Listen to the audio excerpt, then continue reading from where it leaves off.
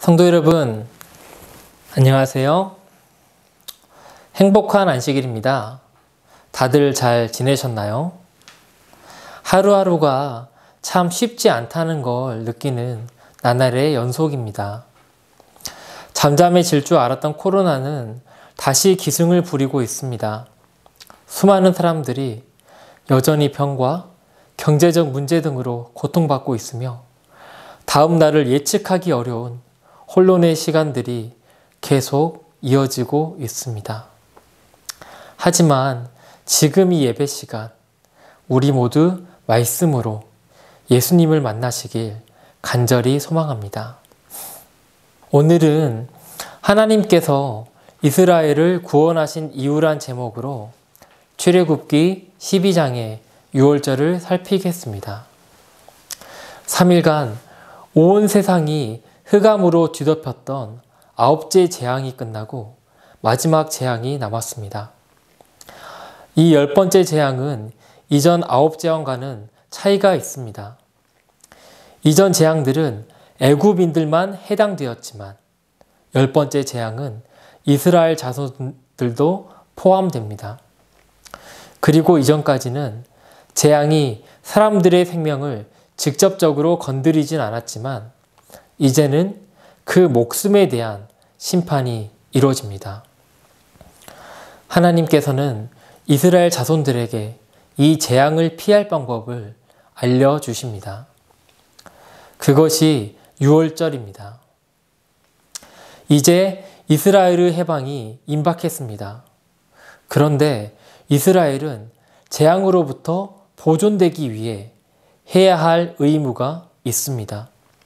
그들은 애굽에서 해방되기 전 가장 중요한 지식, 자신들의 해방을 위해 하나님께서 속전을 치르셨다는 사실을 깨닫고 구원에 대한 모든 소망을 어린 양으로 표상되신 그리스도께 고정해야 했습니다.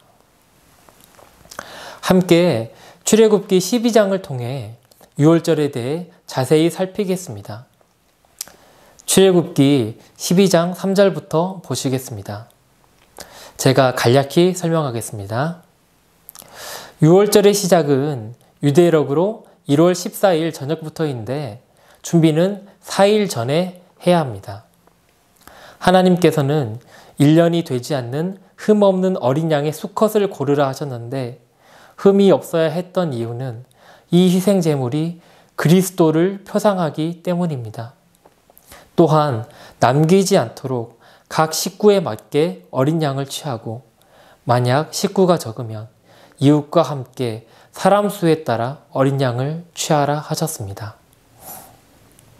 그리고 그 다음 할 일에 대해서 12장 22절과 23절은 이렇게 설명합니다. 우슬초 묶음을 가져다가 그릇에 담은 피를 적셔서 그 피를 문 임방과 좌우 설주에 뿌리고 아침까지 한 사람도 자기 집 문 밖에 나가지 말라. 여호와께서 애굽 사람들에게 재앙을 내리려고 지나가실 때에 문 임방과 좌우 문설주의 피를 보시면 여호와께서 그 문을 넘으시고 멸하는 자에게 너희 집에 들어가서 너희를 치지 못하게 하실 것임이라. 6월절의 양을 죽이는 것만으로는 충분치 못했습니다. 그 피를 문설주에 발라야 했는데 이는 그리스도의 보혈의 공로가 각 영혼에게 적용되어야 함을 뜻합니다. 우리는 예수님께서 온 세상을 위해 죽으셨다는 사실뿐만 아니라 우리 개개인 각자를 위하여 죽으셨다는 것을 믿어야 합니다. 그리고 예수님의 속죄의 공로를 자기 자신에게 적용해야 합니다. 이스라엘 자손들의 출애굽에는 그리스도의 희생이 서 있습니다. 6월절의 어린 양처럼 그리스도께서는 십자가에 달리셔 우리의 모든 죄를 지고 돌아가셨습니다. 우리는 이 희생에 대해서 항상 감사하고 항상 기억해야 합니다. 그런데 하나님의 구속의 계획은 여기서 멈추지 않았습니다. 하나님께서는 이스라엘을 약속의 땅에 적합한 품성을 갖추게 하기 위해 하나님의 구속의 경륜을 가르치시기 위해 시내산으로 인도하셨습니다. 그리고 그곳에서 하나님의 율법을 주시고 성소를 통해 이스라엘 자손들 중심에 거하십니다. 이스라엘 자손들은 성소를 통해 인류를 향한 하나님의 구속의 계획을 배웁니다. 그들은 성소에 나타난 인류를 위하여 희생 제물이 되신 예수님의 모습뿐만 아니라 대제사장이 되셔서 자신의 피로 우리들의 죄를 중보하시고 도말하시는 그리스도의 구속의 과정을 표상으로 보았습니다. 그리스도께서 우리를 위해 희생하시고 부활하신 후 하늘 성소의 대제사장이 되셔서 우리를 위해 중보하시는 이유는 우리의 죄를 완전히 없이 하시고 새 언약의 말씀대로 죄를 도말한 자리에 하나님의 품성을 회복시키셔서 나 있는 곳에 너도 있게 하시기 위함입니다. 인류를 향한 하나님의 본래 계획은 에덴 동산에서 나타납니다. 하나님께서는 에덴 동산에 교사셨고 하나님과 직접 교제했던 최초의 인류는 지성과 영성 모든 면에서 창조주의 영광을 반사했습니다. 그곳은 어떤 죄악의 흔적도 없었기에 한없이 아름다운 곳이었습니다. 그리고 에덴에서 누릴 수 있는 최고의 축복은 하나님과의 자유로운 교제였습니다. 그러나 죄로 인해 인류는 하나님과 단절되어 죽을 운명에 처했습니다. 그때 놀라우신 사랑을 가지신 하나님께서 영세전에 하셨던 언약대로 우리를 본래 모습으로 회복시키기 위하여 인성을 쓰시고 우리의 죄값을 치를 희생제물이 되셨습니다.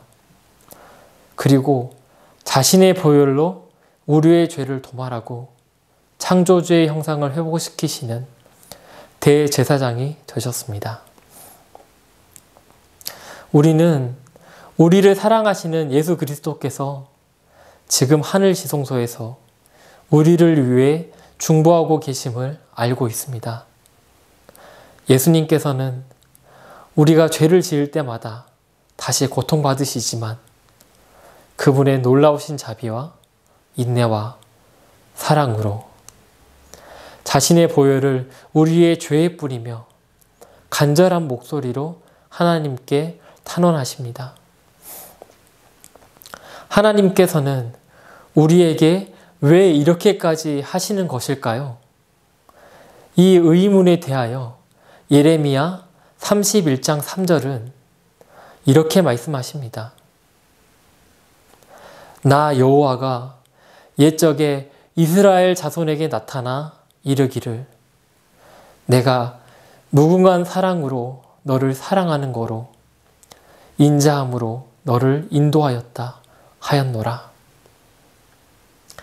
우리의 삶은 잠시 행복해졌고 즐거운 순간도 있지만 이 세상은 이기심과 죄악으로 가득하고 무엇보다 사탄과 그의 악한 무리들이 인류를 죄악으로 유혹하여 멸망시키기 위하여 끊임없이 공격하기 때문에 삶의 힘듦은 시간이 갈수록 더더욱 가중됩니다.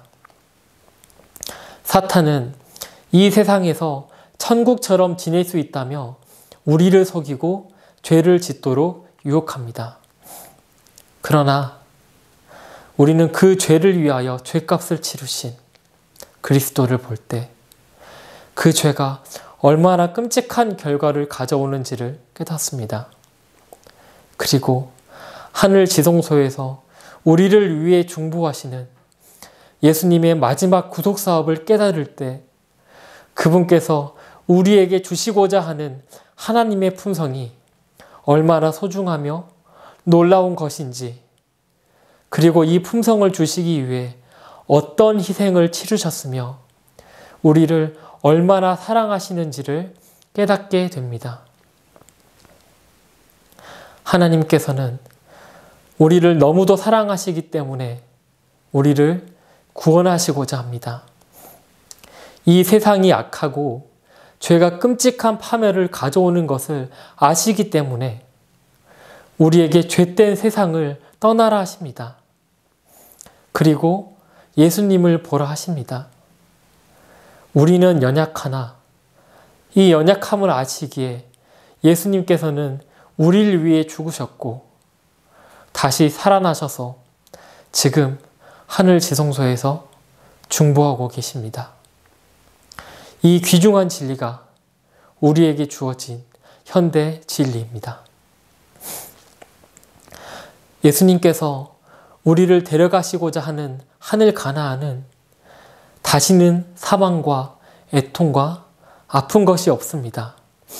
그리고 밤도 없습니다. 왜냐하면 만국의 치료자시자 의의 태양이신 예수님께서 우리와 영원히 함께 하시기 때문입니다. 이제 그 은혜의 시간이 많이 남지 않았습니다. 시대의 징조가 그렇게 말하고 있습니다. 우리는 유한한 시간 속에 있습니다. 우리 모두 현대 진리로 주신 하나님의 놀라운 구속의 계획을 깨닫고 끝까지 충성하여 이마에 어린 양의 이름과 그 아버지의 이름이 새겨진 구원의 자녀가 되길 소망하며 말씀을 마치겠습니다. 함께 기도하시겠습니다. 하늘에 계신 우리들의 하나님 아버지, 저희들에게 예수님을 보내주셔서 이 끔찍한 죄악에서 건져주셔서 너무나 감사드립니다. 아버지, 저희가 너무 연약하여 죄를 짓고 살지만 아버지의 놀라운 자비와 사랑으로 저희를 다시 예수님께로 이끌어 주시니 너무나 감사합니다.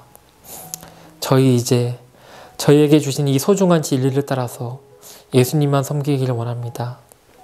아버지, 저희가 저희의 죄를 속하시는 그 속죄의 장소로 나아갈 수 있도록 인도해 주시길 간구합니다. 그곳에서 저희를 사랑하시고 저희의 죄를 없이 하시는 예수님을 만나길 간절히 원하오니 주님, 오늘 저희들의 마음을 정결하게 하시고 저희가 모든 소망을 예수님께 고정하여 예수님의 인도를 따라 살아갈 수 있도록 도와주시기를 간구드립니다. 예수님 이름으로 기도 올렸습니다. 아멘.